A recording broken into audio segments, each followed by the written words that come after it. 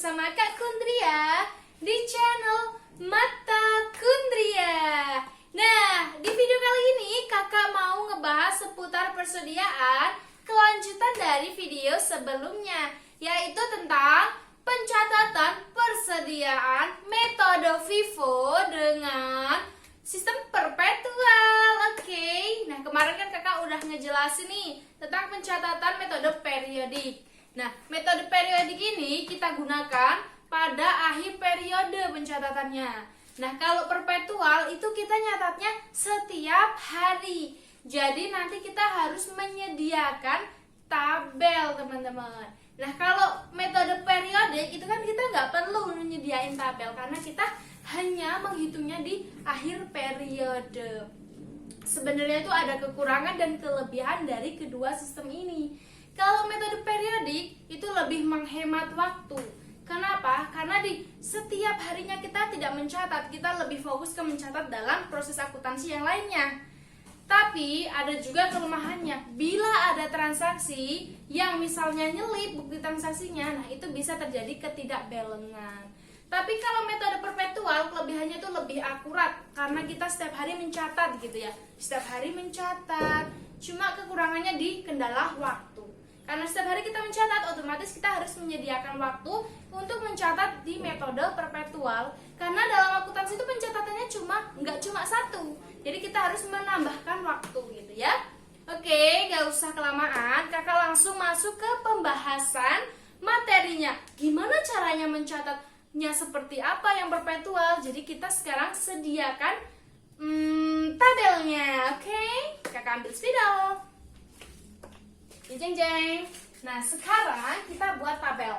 Dalam pencatatan perpetual, tabelnya itu ada 7. Di mana 7 ini terdiri dari tanggal, terus ada juga pembelian dibagi 2, terus penjualan dibagi 2, terus ada lagi saldo dibagi 2. Berarti 2, 2, 2 sama 1, 7. Oke, kita buat. Ini terlalu menceng, nggak apa-apa ya. Nah, kita di sini kita tulis tanggal, kakak singkat TGL. Nah, ini kita kakak bagi 3 aja biar lebih gampang. Nah, setelah kita bagi 3, kita bagi 2 lagi seperti ini. Nah, ini metode perpetual, kakak tulis di sini dalam satuan rupiah.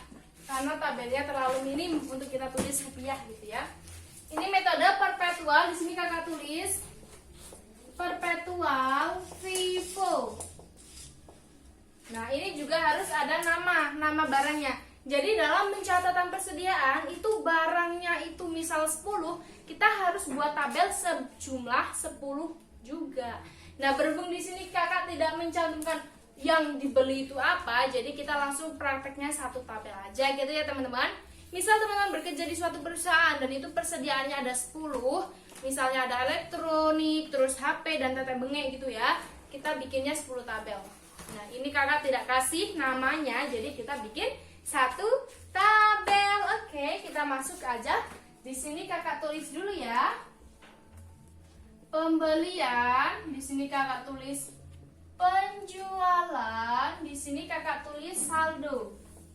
Nah, biasanya dalam praktek akuntansi ini bisa menggunakan in. Ini bisa menggunakan out kalau kita pakainya bahasa Inggris. Karena itu tergantung dari penggunaan bahasa dari perusahaan kita yang kita kerja gitu ya. Nah, sekarang kita langsung masuk aja teman-teman. Ini di tanggal 1. Di tanggal 1 itu ada persediaan. Persediaan sejumlah 1000 unit dengan harga satuannya 1000. Jadi karena ini namanya persediaan, kita langsung masuk ke kolom saldo. Kita masuk ke sini ya. Berarti unitnya berapa? 1000 unit kita kalikan harga per unitnya 1000. Kita tulis 1000. Nah, 1000 dikali 1000 berarti 1 juta. Kita tulis di sini 1 juta. Nah, oke. Nah, setelah begini kakak garis aja biar kita lebih jelas ini masuk kolom berapanya ya. Nah, sekarang kita masuk yang ke tanggal 3. Di sini dinyatakan bahwa tanggal 3 dilakukan pembelian sejumlah 900 unit dengan harga persatuan 900. Kita ingat, di sini pembelian. atau in. Nah, kita masukkan ke kolom pembelian atau in gitu ya. Tanggal berapa kita tulis? Tanggal 3. Pembeliannya 900 unit, kita tulis bagian kanan. 900 kita kalikan dengan harga satuannya berapa? 900. Nah, 900 seperti ini. 900 kali 900 berapa? 810.000. Oke, 810.000. Nah, setelah ini begini. Dalam pencatatan perpetual kita harus mencatatnya itu yang di saldo kita turunkan dulu begini teman-teman. 1000 ini juga 1000 dijumlah jadi 1 juta. Nah, setelah seperti ini baru deh transaksi pembelian yang kita lakukan di tanggal itu kita tulis di bawahnya. Ini gini, 900, ini juga 900, berapa tadi? 810.000. Kita garis bawah dulu. Jadi, perpetual itu memang lebih memakan tempat, memakan kolom. Kenapa? Karena di sini kita sudah menulis syarat 1000, kita tulis lagi 1000. Kenapa? Karena ini berfungsi dalam penentuan persediaan. Nah, di saat ada penjualan, kita tinggal pilih ambil atas atau ambil bawah. Ini seperti dengan metode FIFO sama LIFO. Nah, kalau rata-rata bergerak, kita tidak perlu seperti ini, karena langsung masuk ke satu-satuannya, kita tinggal bagi. Nah, buat teman-teman yang kepo tentang pencatatan metode rata-rata tertimbang, teman-teman bisa skip dulu atau mampir di channel kakak yang sebelumnya. Oke, kita lanjut aja ya ke transaksinya. Tanggal 3 sudah. Sekarang kita masuk ke tanggal 5. Nah, kebetulan sekali ini penjualan. Oke, kita tulis dulu tanggalnya 5, penjualan. Penjualan berarti kita masuk ke kolom penjualan. Di sini penjualannya 800. Kita ingat, metode FIFO perpetual kita ambil data dari atas. Metode FIFO periodik kita ambil data dari bawah. Ini kan perpetual, kita ambil data dari paling atas nih. Datanya ada 1000 sama 900. Di sini dijual 800. Kita ambil harga paling atas, berarti di harga yang 1000 ini kan kita tulis 800. Karena 1000 kurang 800 masih sisa, oke? Ya, tulis di sini 800, harga satuannya berapa? 1000, oke? 1000 kali 800 berapa? 800.000, betul sekali. 800.000. Nah, di bagian saldo kita tinggal kurangkan. Tadi kan 1000, kita kurangin 800 berarti tinggal berapa? 200 ya, betul. 200 dikali 1000 ya, karena satuannya 1000 berarti berapa? 200.000. Nah, bawahnya berapa? Kita tulis ulang, 900. Ini juga 900. Kelihatan nggak? Kakak dari sini aja ya. Berarti 810. Oke, setelah seperti ini kita gariskan, kita tarik dari sini. Dah, kita masuk di transaksi selanjutnya, yaitu tanggal 15. Dilakukan pembelian senilai 700 unit dengan harga satuan 800. Berarti ini pembelian kita masuknya kemana? Pembelian, benar sekali. Oke, kita masukkan tanggal 15 bagian pembelian senilai berapa? 700. Oke, kita tulis 700 dengan harga satuan berapa ini? 800 ya. Kita kalikan, ini udah tadi kakak hitungin ya, 560. Nah, seperti ini. Teman-teman ingat kan bahwa jika kita terjadi pembelian, kita tulis dulu saldo sebelumnya, kita tulis, baru pembeliannya kita taruh bawahnya gitu ya. Ini kita tulis ulang dulu, benar. 200, ini 1000, ini 900, ini 900. Nah, harganya kita turunkan ya, 200.000, terus bawahnya 810. Nah, baru deh pembeliannya yang kita tulis berapa ini? Ini kita tulis bawahnya ya, 700 dengan harga satuannya berapa? 800. Totalnya 560.000. Kita tarik garis. Nah, dah. Kita sekarang masuk di tanggal transaksi terakhir, yaitu tanggal 30. Terjadi penjualan 1100. Oke, kita tulis dulu tanggalnya. Penjualan berarti masuknya ke penjualan atau biasa kita pakai alt.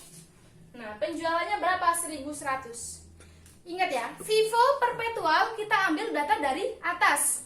Berarti kita ambil data dari ini, Dari ini ya 200 dulu. Ya kita tulis 200. Harga per unitnya berapa? 1000. Jadinya berapa?